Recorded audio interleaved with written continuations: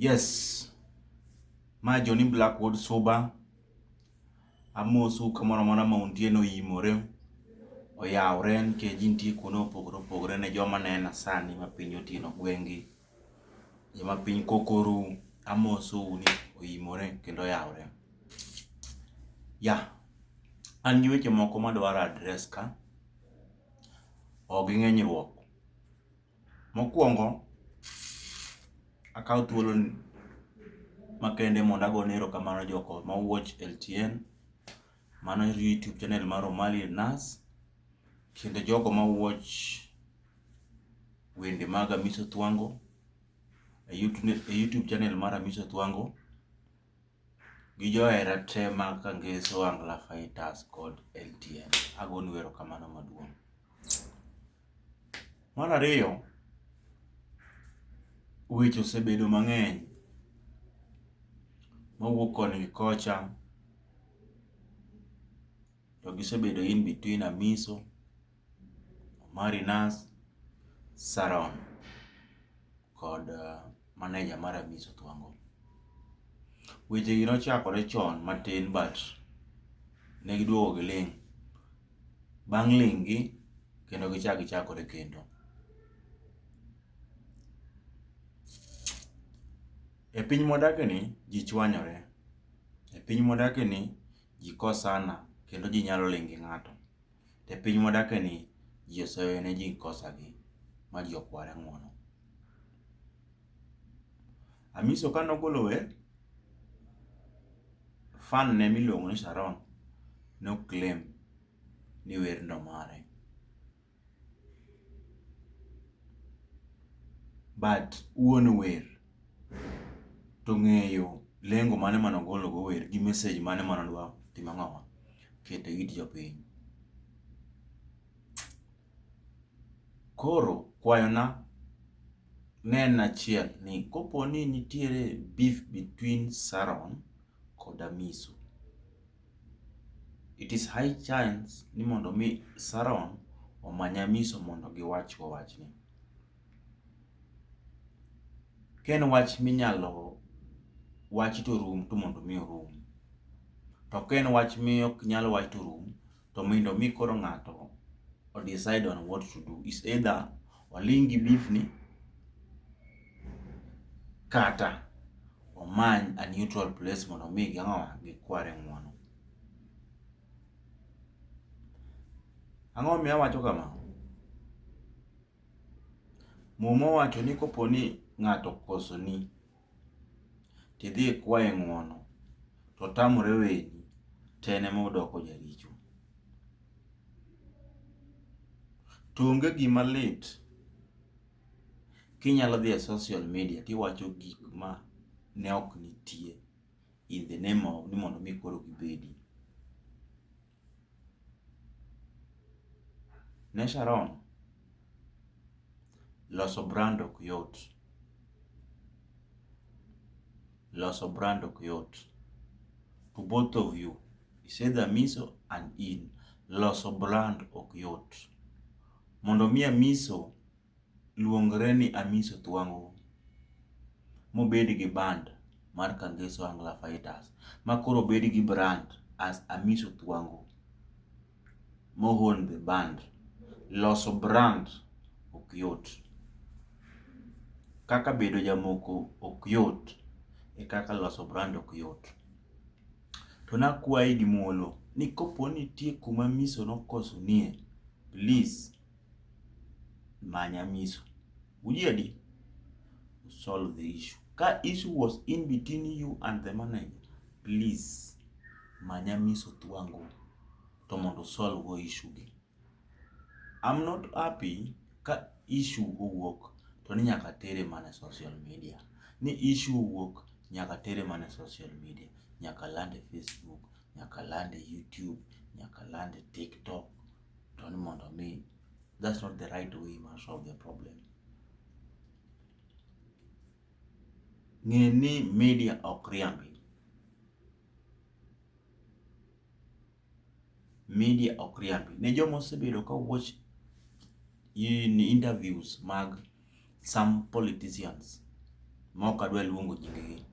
Iyudo ka seche moko ipenji ni ndalo machalo kama kama bende niwache wachni, ni awacho nok awacho, tidiyo ni kor ot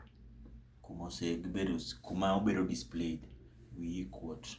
One day one time nyathini kata nyakwari biro bedo maduong' to biro watch how you are behaving on a social media, biro watch how you are conducting yourself on social media, biro watch gik mane wuok e dhogi ndalogo.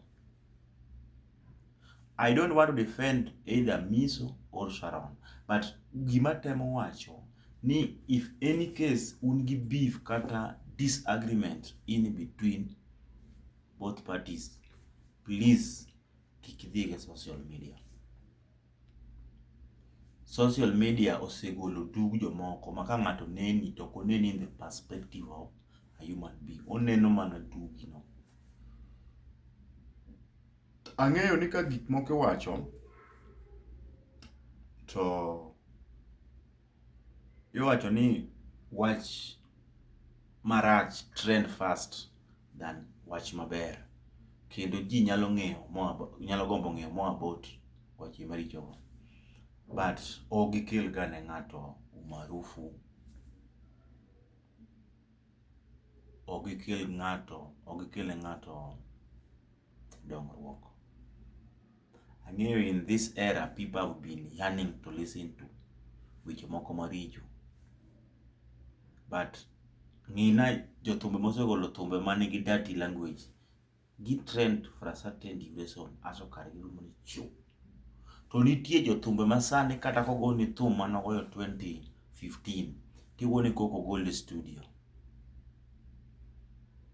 Nitie jothumbe di 5 ma kopo nogoni wende mane gigoyo for first album ne, kata kogoye kawuono tiweni koka odwa dhi rekode kata koko gole manyien. Nang'o? Message mani kuome pod pek kendo pod nigi puonj. Ne Sharon and Miso, please, it is high time mondo mi discuss to come into a conclusion to any issues. Onge ng'ama ok kosne wadgi e piny ka. Kinya akosoni kawuono ikosona. To iwacho ni kwayo ng'ato ng'uono ber. Yie idog to piny itur mondo solve this issue. Asebedo kawinjo how the interview is going and how the lady is talking. Ang'eni ka ng'ato yowang' to nyalo wacho anything, but nitie kisungu moro wacho ni you will be judged against what you've been saying. Anyalo chiew kawuono chalo nyalo payuka, kendo anyalo wacho wach moro malich mondo mi ago ato in life, but at the end of the day it won't make any mileage in my life. Sharon, you've been a fan to Miso Thuango, but kata kopo ni uchwanyoru ga Miso, we wacho ni ane mana atimo ni bad kiang'owa. Iwacho ni lwedo makoka cham kogolo, achich kik ng'e. Koro gigo manitimo ka ne in fan mar Miso, kik ibige e band, kik ibigo e social media. Mar ariyo, pod adwa wuoyo kodi ni Sharon. Kopo ni issue ni in between kindi ga Miso, never ever involve other people. I'm not happy ka nitiere life moro manodhi gi kijana moro gi miyo moro. Koro they were trying now to abuse Miso Thuango, which is not good. Cause ing'eyo ni jok mane in gogo pok onyono band mar Miso. Jok ma in gogo Miso kia, kata onge gik mang'ich ma ing'eyo kwa Miso. Kopo ni beef was in between you and Miso Thuango, please never ever involve other people mane oko husiana gi wachno. Apani the issue started between the manager and in kod Miso. but jok midhigo life dwani mondo mi koro giyenye. Ginyiso other signs of indiscipline. And I feel so painful kada yanyo ng'ato ma samoro kiaya. Kada yanyo ng'ato ma samoro kang'eyo. Gima mora ga Miso, na Miso en ng'ama odongo e chan, koro ng'eyo kako handle issue. Tadwa nyisi Saron, gima nitimo itimo gima rach. Itimo gima rach ma kik ichak itim gino. Awuoyo kodi as a human being. Kik ichak iyany ng'ato bila cha e social media. Kik ichak iyany ng'ato bila cha e social media. Kendo kik ichak involve other people e wach mane untiere ji adi kata ji adi mondo mi gimi baka. Nitie serias moko ma osetweyo ji kendo ji osenindo negi e sel, kendo jomoko osetoyo e jela because of nok ang'eyo. Iwinja? Nok ang'eyo. Nitie gima inyalo wacho to kionge go facts and evidence, please kik idhi e social media. Kik idhi e social media. Kik idhi e social media. Jok mane idhigo ka, jok apani gima ne Amiso timo gi onge ti. Kendo achiel kuomgi ne wuoyo marach sana. Ne wuoyo marach as if en ong'eyo Amiso moloyo kata min Amiso mama gima iluongo ni Nyasumbi. Loso brand ok yot, to duoke piny be yot. Kik ikaw time ni mondo iketh kone ng'ato brand ne. Gima pok ung'eyo to gima onego bed ung'eyo. Aseneno ka ji timo gimoro miluongo ni abusing and bullying ohangla artist sana. Ng'ato nyalo biro ni we are human beings. Jogo are human beings like you. Nitie ng'ama nyalo biro ni magigni ka. But iwacho ga ni joma mine ka igi wang' to gitieko gi ywak. And most ohangla artists, most 99.9% gin joma chuo. Hiyo uchungu wa wana meza hapa. Onge gima lit kikalo kama to ng'ato luongi gi nying moro mok nyingi, ni ng'ato ketho ni brand. Oseyany jo ohangla artist sana, to oseketnegi wach, to osewacho weche maricho kuomgi, lakini ok gi react. Nang'o? Kujenga brand sio rahisi, my friend. For you to build your brand sio rahisi, because the way you will react kata goyo ng'ato nyalo ketho ni tije mang'eny ba e club. Koro let us not take that advantage ni jogi ling, kata ni being ka otimo gini tibiro wach ni band ng'ane ne, joka band joka ng'ane goga. Let us avoid that scenario. Lit, ang'eni sinema ng'ato nyalo chwanyi malit, lakini if the issue was in between you and band leader, solve it. 2 people, can 3 people. But there were some statements mane you make, Saron, makata tong bed ni min ng'ato dala matie band mar Kageso winjo to nyalo chayo nyathine. You use a certain statement mawacho ni ei band mar Kageso te asebedo kamiyo jogo mon. Apani ei band mar Kageso nitie joma dongo, man jok moko iluongo ni baba, jomoko iluongo ni fadhi. To gin gi mon. Kang' chiege tong' winj ni chuore ine mane miyo nyako, leave alone kata ma en go dala, kata ma koro winjo ni ine mane miyo, obiro kawi nade? You use that statement noko donjo ne jok moko. Nei ka band ma Kageso te ane masebedo kamiyo gi nyiri. No. Ok tim kamano. Solve the issue manentie in between gi manager kata Gamiso, but never ever involve other band members. No matter how close manegin go kodi, but kik idonje tong' wang' jomoko nidwa ketho nying band, please. Ne Amiso Thuango. Amiso, agoni erokamano kuom ling'. Iling' kaka father, iling' kaka band leader, iling' kaka an artist, iling' kaka janyuol. An nyaka ng'eyi gin higni moko kanyo mok adwa wacho, but aseneno how you react with people, how you handle people. You normally use wisdom. Ne ng'ama pok owinjo interviews mag Amiso Thuango, bedni how wise are you and how tricky are you to ask question. The way Amiso will answer your question biro dhieri ni to ng'ani oparo nang'o.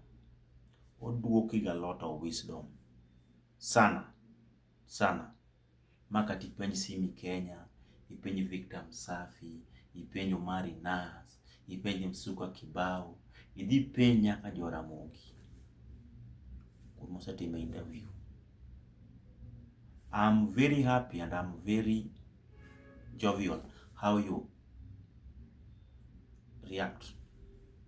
Ni react maber. Cause nosechopo kamoro makoro ji okawe as now a chorus. Ni giminyalo tugo godo, but ni wuoyo maber.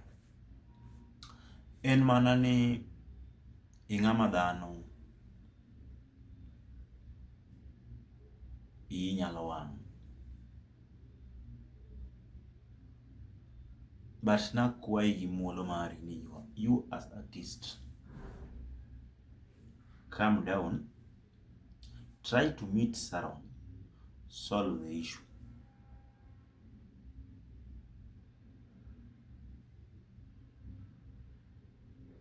And if possible, these issues will be solved mondo room. Nikech okogol picha maber ka kiny kawuono rucha ng'ano tuch gi mare, ng'ano tuch gi mare, ng'ano tuch gi mare, ng'ano tuch gi mare. Koro gima tin wuok manyuol gima ng'awa, gima duong'.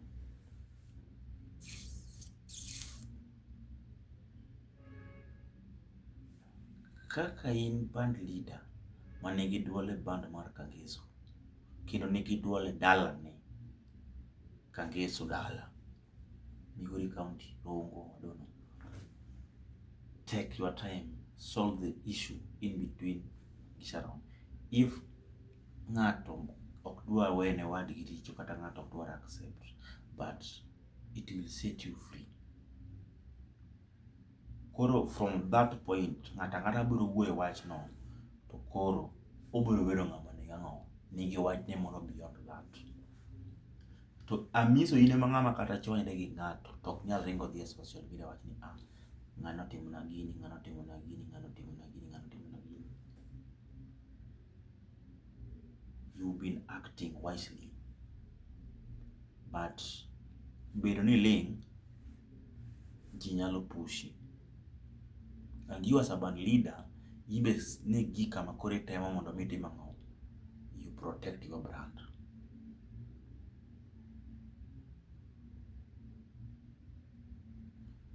But ok en gima ber ka ng'ato nyalo go brand ni piny, kata ng'ato ok en gima ber ng'ato dwa ketho nyingi and nying band members brand. Yeah. Koro koponi Sharon nokoso ni manyo kwaro mono, to koponi manager ni ema noketho koso ne Sharon, to involve nikech you as a band leader itemane timo ng'o indiko manager. To ka chwanyruok nitie in between Sharon and manager, let the two people solve. To kama ne bedo involved emi wuoye kode to wach timo ng'o wach no room.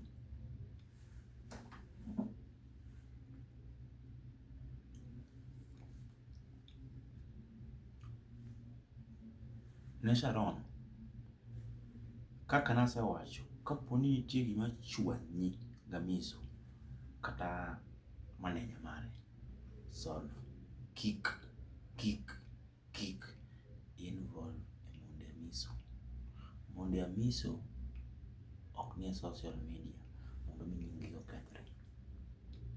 To koponi isedhi minenogi magineni maging'eyi, to ok bibedo gima ber kiketho nyinggi to ginto pok gichwanyi. Atemo wacho nang'o, koponi wach oriwa kodi, solve wachno koda. Kik iriw owadwa, kik iriw jaoda, kik iriw mamawa, kik iriw babawa.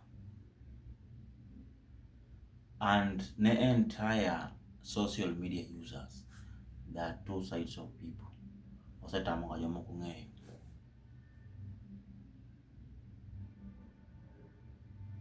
If you are an artist, when you are on a social media, you are an artist.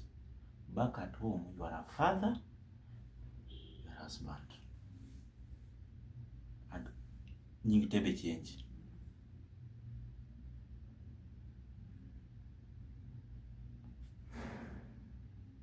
Ne ng'ama ong'eyo Amiso, iluongo Amiso na Amiso Thuango. That's the social media name motiyo go platform moro amora, bed YouTube, TikTok, whatever, Mdundo and one RM. But dalane ten chuor ng'ato. Kioro ne pesa to nyinge wuok ni Dick Dennis modongo kabi wacho. Nyinge ok nya wuok na Amiso Thuango. Likewise, ne jatho moro amora kioro ne pesa tiyudo ka nying mawuok opogore gi nying ming'eyo. Koro nitie side mar an artist to nitie side mar ang'owa, a father, husband. Gi ng'ama nyalo rado go ng'ama kata ka dog dipo ni ng'ane nang'o. Iwinjo? Koro kidwaro ni mondo mi isolve issue, weriwo joma ne onge gini. Gini nokobedo posted for other people. And sama ne gini timore jomoko ne onge. Ko jomoko ikete gi jong'owa kayiem. Mana setieko gi ang'owa gi Sharon kod Amiso. Abire fan mag Amiso Thuango. Kopo ni wach mane kind Amiso Thuango gi another fan ok usika godo, please we donje wach manok mari. Wek chwalo wach. Kok ing'eyo adieri mane wachno, we donje wach. Ibiro kwani jaricho kata ibiro dong' e wach manok mari. Ka in fan, bed fan. We donje udaku mok mari. Bit ni na female fan, male fan, no. Bed gi boundary. Kopo ni male Amiso, dhi kuma Amiso goche, donje club, ng'ad gate, miel, madh kongi, ka in gi teko, mi Amiso. Anything beyond that, achana nayo. Remember ni luongi ni fan, ok luong nang'o band member. Remember ni luongi ni fan, ok luongi nang'o an artist. Thin jothumbe mamielo jothumbe wetegi. And you can't just come and social media wach ni an kaka an Jose Chameleone. Koro an fan mana Kiba. No. Mano gima nyisi ma jathum onge biro nyisi ni omera, an ing'e ni an fan ng'ane ne. Ni dhir Dope Kid wach ni kaka an Dope Kid. An koro an fan mar Papa T. kila mtu anakimbia kwa laini yake. Ka band okija band have limits, paid fun to highway manono.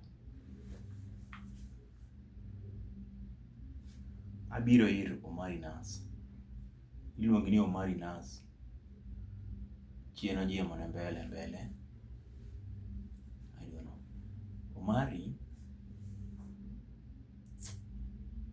tia wach nango. It is good you have a media platform there, but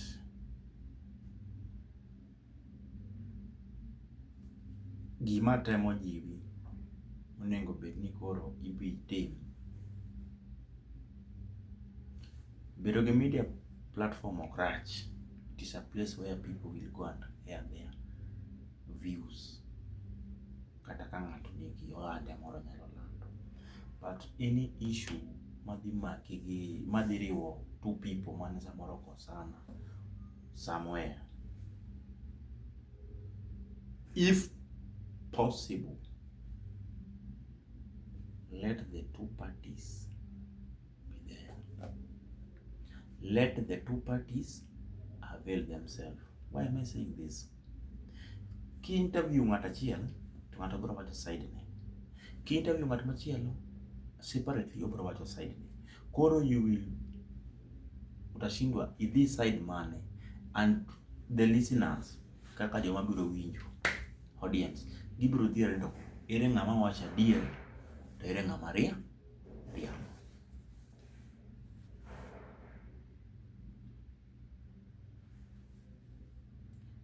To kidhi kelo these two people mobedo in interview ma ng'ato wacho side ne kobedo in kamera make, ng'ato wacho side ne kamera make, to jogo dhi bedo in one place, tibiro ka the issue biro solve morumo. To issue mar itimne ng'ani interview kende, ibiro ka samoro ng'ato dhi owacho weche maonge machuno ni ng'ato biro chak dok ang'owa e interview. Koro we will keep on neno interviews gi on the same topic but of different episodes. Winj ka jimie ni episode 1, episode 2 mpaka episode 4. Koro kel jogi to iwach gi mondo wach ni orum. Man about the interview. Mar ariyo ne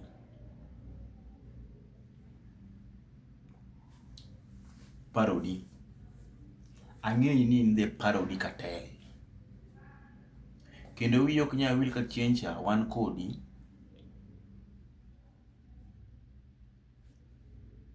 ka studio chiluongo nang'o mane studio mane it is Choka Kasule Music Empire mar engineer Othure. Congratulations Othure. I can recall kani biro michako goyo parody mar Inda from scratch. Vitit nen simu ya nini ama nen rembo, but nen parody mar Inda.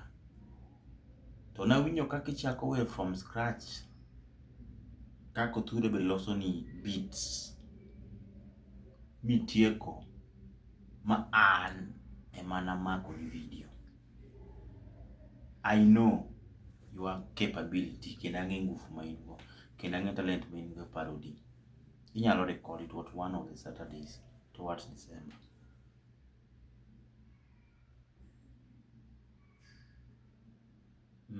Parody setimo mang'eny, kendo they have been doing well. They have been doing well in social media. But I know many people have been asking, ang'o mitiyo gi beats mag ji, ang'o miketho wende ji. Okay, ji ok nyal elewa parody en ang'o, but gibiro winjo mos.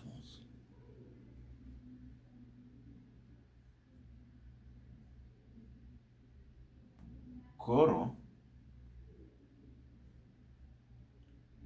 nikech you are the parody cartel,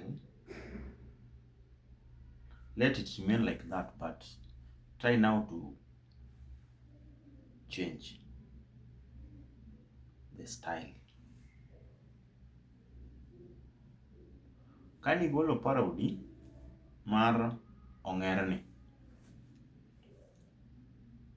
ibiro ka nitie joma ne dhi kawe to another winje mopogore, jomoko winje mopogore, jomoko winje mopogore, jomoko winje mopogore. Koro magi madhi kelo ywaruok. And remember, nitiere wer ma ka ng'ato ogolo in a certain duration, in a certain era ma gimoro timore, tiwacho ka ji wacho ni thumni a relate gi gini, thumni anya relate gi gini. Koro iyudo ka nitiere joma nigi winjo moro mopogore. Onge ng'ama thum nyalo bedo maber. Kata sani ng'ato dhi gol thum mamit ma ji wacho ni omera ng'ano ogolo thum mokwe manyalo winjo gi mara. Nyaka ng'e yude ji adi matamore wer. To gima mora kodino mar in kata in iwinjoga wach. Kendo ka ng'ato kweri to ok ikech. Though ok ang'e kata inyalo kecho baadaye, but I can recall kopo ni Hamisa ne nitie interview to koni ni nitiere gik moko monego bed ni timo sani. And ok okasirika.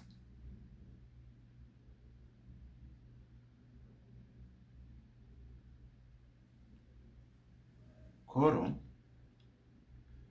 fans have been saying, your fans, Hamisa's fans moro amora osebedo ka wacho ni mara wer cha nigolo to gima ni yani ng'ama notege ng'ato.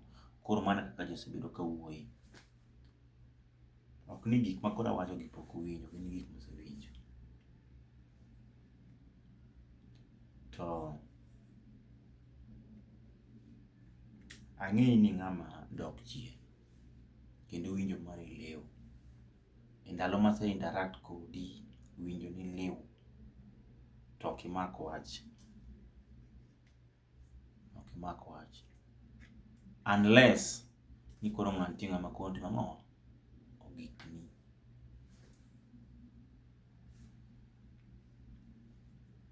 Koro gima temo kwayi kendo atemo wacho ni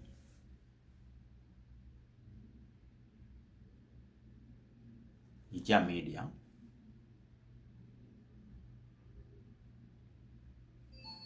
ibiro yudo ka nitiere gik mabiro keti igongana gi jok moko. Try to avoid them. Also ohangla artist, ka nitie gima nyalo keti igongana kodgi, try to avoid them. Kata gima nyalo keti igongana gi fan, try to avoid them. Nobody is happy when you are progressing. And nobody is happy when you are ahead of him or her.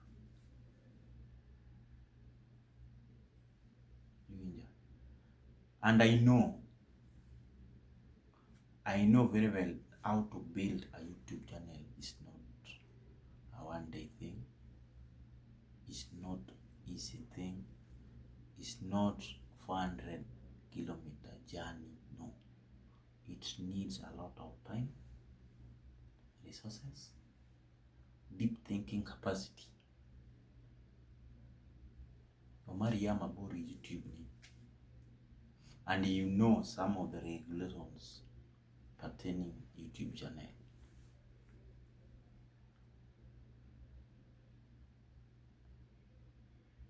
It is now high time for you now to choose what is good and bad.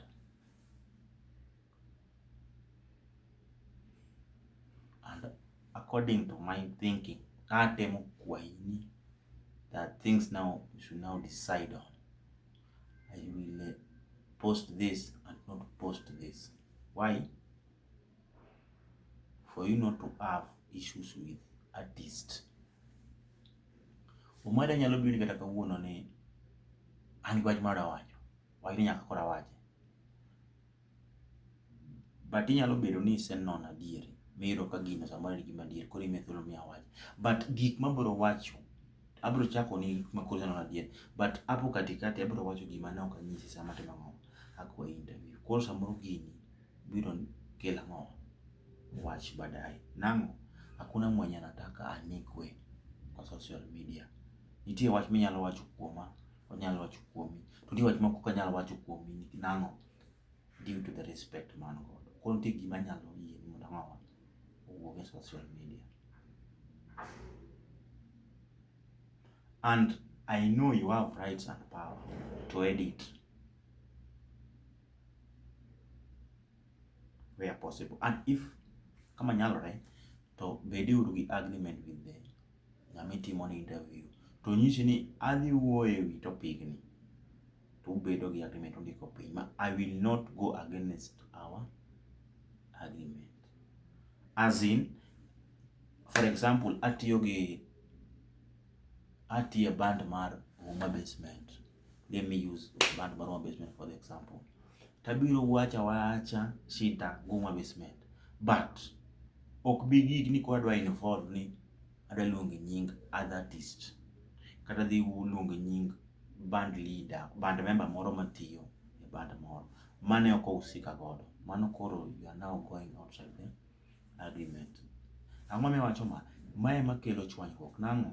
Awuok nabiro wacho wachadi ni band leader ok chula, to ere kama gike madwa wacho ni band leader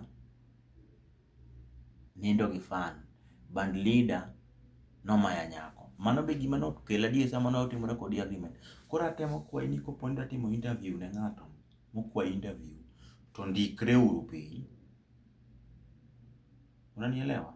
Kusendikru piny, adwa wacho wachni, koro kik go beyond this. Makata chieng' moro ka issue wuok, tibiro wach ni this thing was aired e channel mar LTN. But according to the agreement, negi wuoyo negi dhi wuoyo ang'o, negi agree negi dhi wuoyo wach poor payment or late payment. But kuma koro gike ni band leader kia timo anade, kia no, ogikel picha maber. Ogikel picha maber. Ang'eyi Omari, you have a lot of information about media, so try to have such rules manyalo guide mondo kik ji bed gi issues about your media. I know people are now angry against you because first, you are the only media platform trending in Luo. Second, you gave Sharon media platform mondo mi wuoyi. Unanielewa? From the start. Koro nitiere gik ma ji nyalo wacho ma koro ne wacho ni if ka dionge media platform maro minus atunge sikia hizi maneno. Koro they are now angry against you. But you are just a media personnel manigi platform manyalo miyo anybody, kata ni makawuona wuoth no mondo yaw na light wach ni chanda da wuoyi, tibiro yaw na light ma wuoyi. But try to have agreement koda kapok imoko light, kapok iyaw kamera. Adwa wacho gini mwandikre piny. On such a date, we agreed to talk about this topic. Talk under the go beyond that topic. Nang'o, obiro kelo a lot of issues mbele.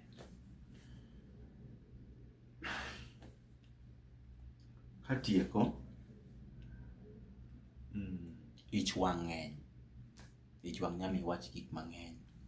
Ich wang' nyalo miyo itim timbe moko mok beyo. Ich wang' nyalo miyo ichwadi kata mana gi janyuol. But let us try to avoid when you are kuponi yo wang' sana, try to cool down and don't kik iwuo ka iyo wang'. Kik iwuo ka iyo wang'. Ibiro wacho weche moko ma kata ka itemo nono tiwacho be an adier.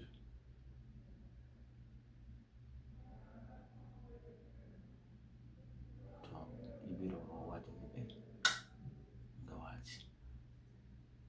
To conclude, Omari Nas, ok ang'eyo maler but kata imbe inyalo ng'eyo maloya.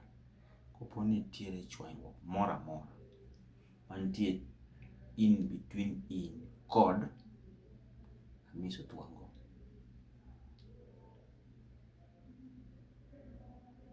please ing'e od Hamiso, in gi namba Hamiso, sit down and solve the issue. Gimimora godo miberna godo Marinas ni to kata chwany jothumegi te to one day one time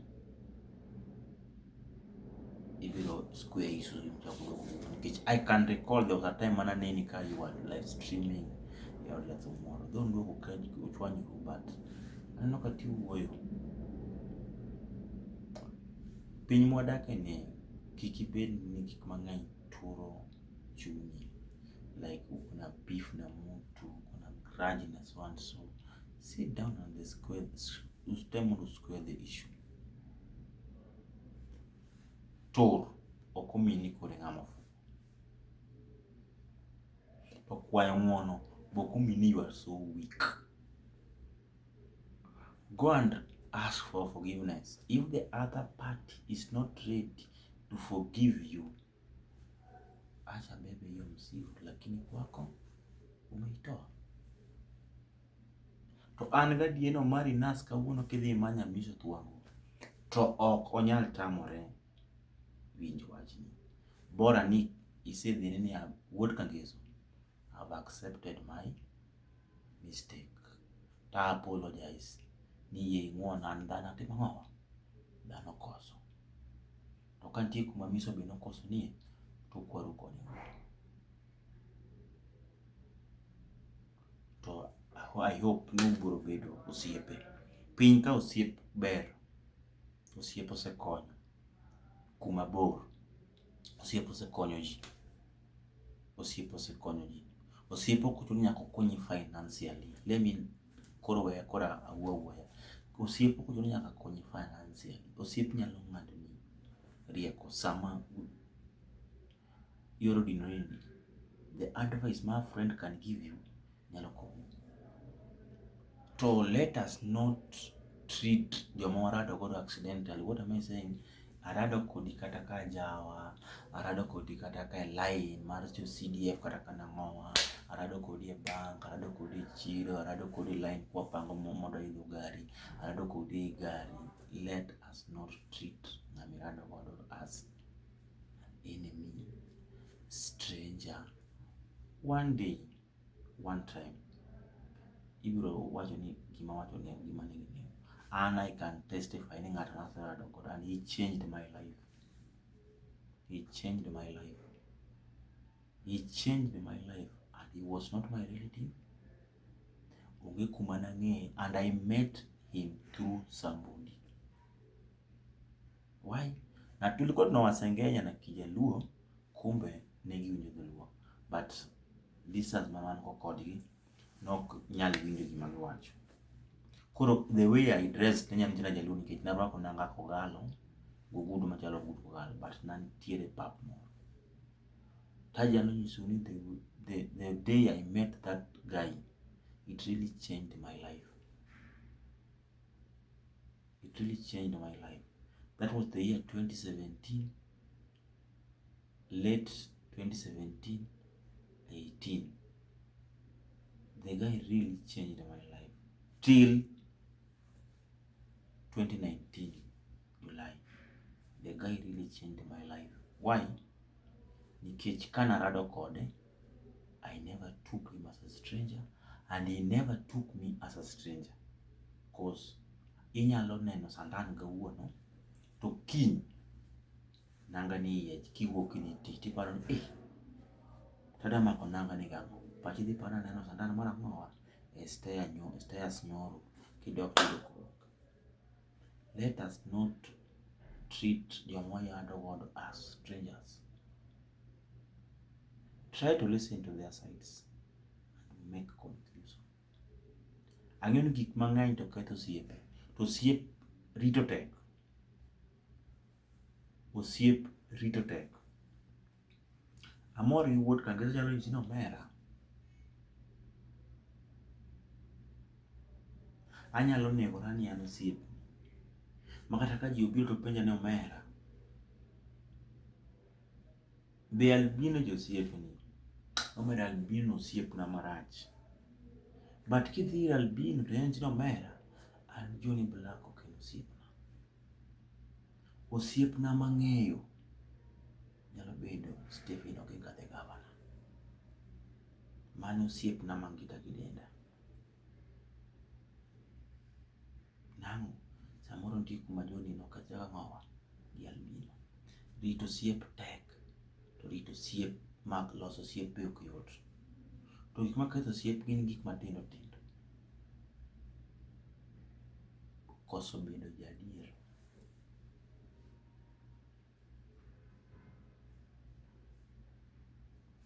New Tugles. Tugles achako ng'eyi. I can say I saw you the first day Amiso was launching Thumbe, Nyamavila. Hapa ndi alago ne itiyo gi ng'anane. Odosi ya soba, kino dosi ni nitie. I'm very shocked how you reacted. Nikech kusema tu kweli. Koponi ionga ga adier madier, kik idhi e social media gi mikia. Kik idhi e social media gi mikia. To ok ni siwuoyo na Amiso marach.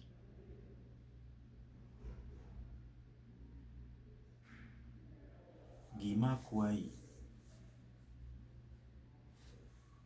ineno kikombe ni, kik ikawe tinyone e lo nikech isemadho kode soda kata isemodho kode pi kama. Koro ibanje ni, iwinjo osiepna, kik itim gino.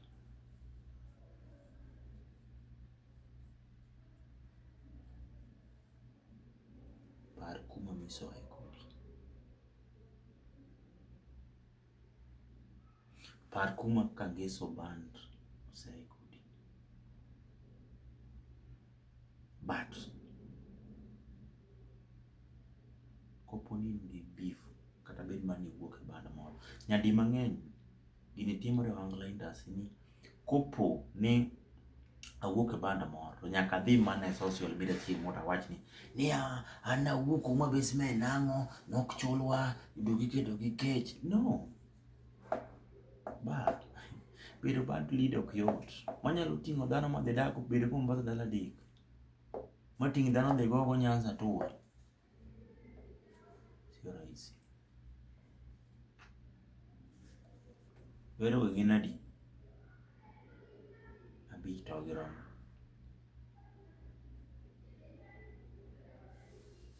Tugles isetiyo Kangeso. Tugles bedo ni isebede e ajawa mibedo MC mar Amiso Odosi Ashuba osemiyi moso kama ng'ama kata kiwuok kawuono to ginyadhi moso kadi onge. But leaders omiyo dog chien. Try to flashback kuma Amiso golie, kuma Odosi Ashuba golie. To kik iwuo marach. Nang'o? Pod kinyalo dhi manyo band, tich e band moro. To nikech gik minyalo wacho nyalo dhi chwanyo chuny jomoko mawach ni kopo ni mae kaka ng'ani en kosetiyo to biro wuoyo to gibiro ne keti e angol moro ni bwana ng'ani kosetiyo koka chieng' moro kwa chwanyore godo. Unanielewa? Chieng' moro kwa chwanyore godo to biro timo ng'o? Obiro wuok odhi landa. Ang'eyo ni indala. Tang'eyo ni kindi gi Amiso to onge wach. But don't try to. Kopo nitie ja fan moro mar Amiso mani chwanyori godo, don't try to kete sama Saron beni awache wach ni. Dhi neno ni uriworu. Uda wacho wach moro. Mak yu kata bed ni tiyo e band mar Amiso. Ni tiyo. You are also a fan. Koso kinyago ni mikono juu if you are not enjoying the song. Wapi nduru if you are not enjoying the song. To kopo ni nitiere ranguru kata disagreement between you and the fan mane un go kanyo, don't try to air it sama Sharon ne wacho margi ni. I was shocked kubede live ji ariyo WhatsApp call ka iyenyo koni Sharon iyenyo koni. No, koponi chuoni recorder manya to manyo gini sama ng'ama nochwanyore gi band leader manotiye wacho gini ni wach ni wariwore. Koro in ng'ama nokonego bed ni wuoyo wach Sharon kata Aditi, nang'o ni ionge gi. To koponi Sharon nigi issue gi Collins, bing'eni ginyalo chiko ni wach ni to wach wacho kaka ikia kaka nwayudore. Kiki, if possible man Namiso tikwayo ng'uono ne Jakateso, isebedo fadhe to akwayi ni mondo iwena, dhoga nokir sama Sharon wuo, Namiso ok bi tamore weyo wach. Mumo wacho ni ere gi ber sana kendo ere gima ber kowete gi nyimin odak kanyakla ka giwinjore.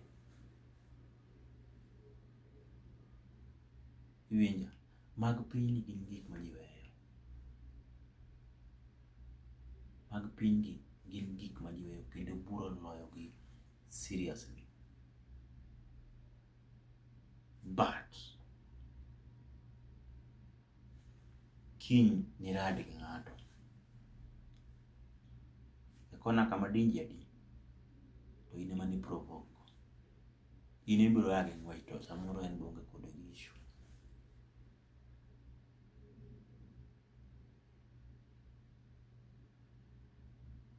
Ne ng'ata ng'ata ma wach ni ochwal social media, wach mar Sharon, Namiso and Omarinas, don't just post anything mionge gi evidence. Don't just post anything on a social media yenye hauna evidence. Media priambi. And don't take any photo mitemo ketho nying ng'ato. Ok ni joma ni jela te joma kosa. Nitiere joma samoro ni kanyo because of simu yao ilitumika. Their platform was used badly. Koro try to avoid such issues.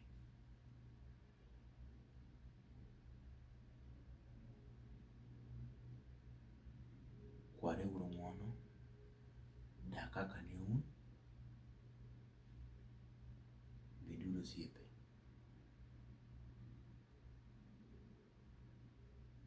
It has been a trend, so ohangla industry. Atiyo gi ng'ane, adhi aketho nyinge, kinyane band maka ma adhi aketho nyinge.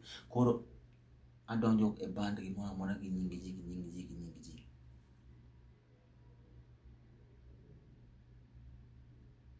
Anyalo bedo na ng'eyi tikiaya. But mano koromo mondo mi achak wacho gima ok an go gadier nyingi. Facebook tin, seriously, Facebook tin, just small app. Unanielewa? Small app. But uting'o dhano turi. Likewise to YouTube, a small app. But gima inyalo post kanyo can be watched gi ng'ama ni Norway. Tamore no watch. Ji chiemo gi nying. Mondo mi bed kata brand ambassador mar company moro, it is because of your name and brand. Ji chiemo gi nying. Koro nying ma ji chiemo godo nyakirite.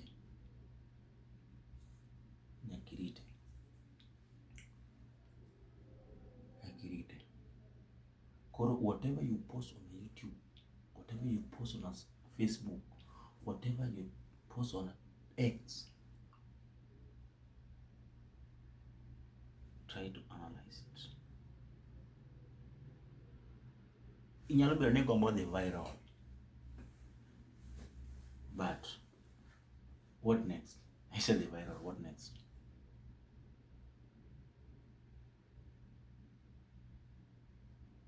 And let you not be used for cheap things.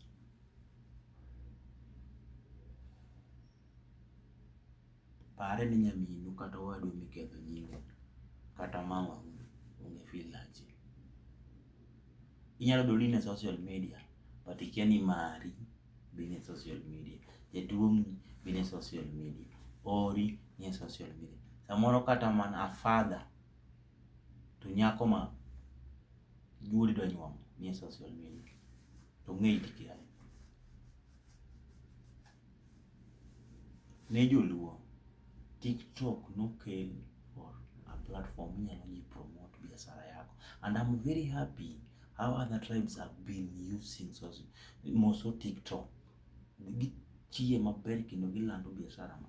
But we are now trying to make it as kamoro ma you can inyalo landi dugi, inyalo wacho weche molil. And let me tell you one thing. Many people have been thinking if for you to be a celeb you must speak on that things. No.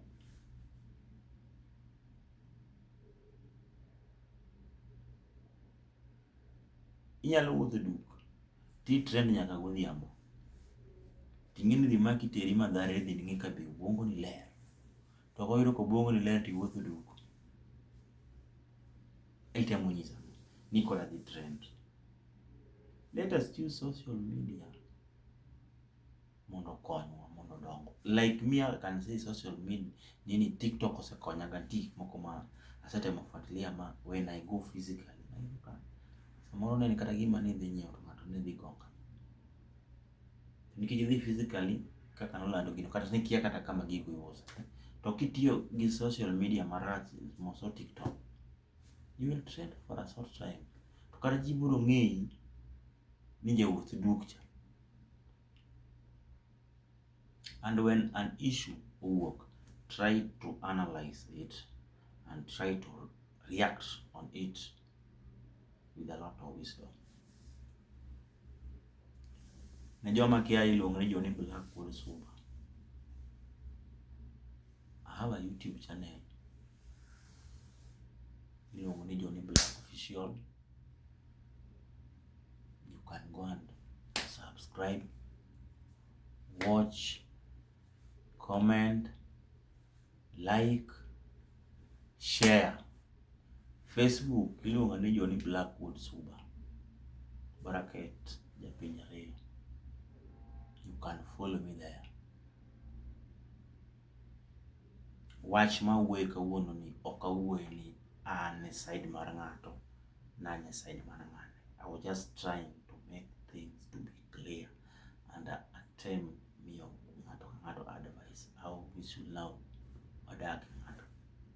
Kiny ni kwam ni konya, kiny na kwam na konya. I'm very happy kaka Odosia Suba nowacho ni polise nomake.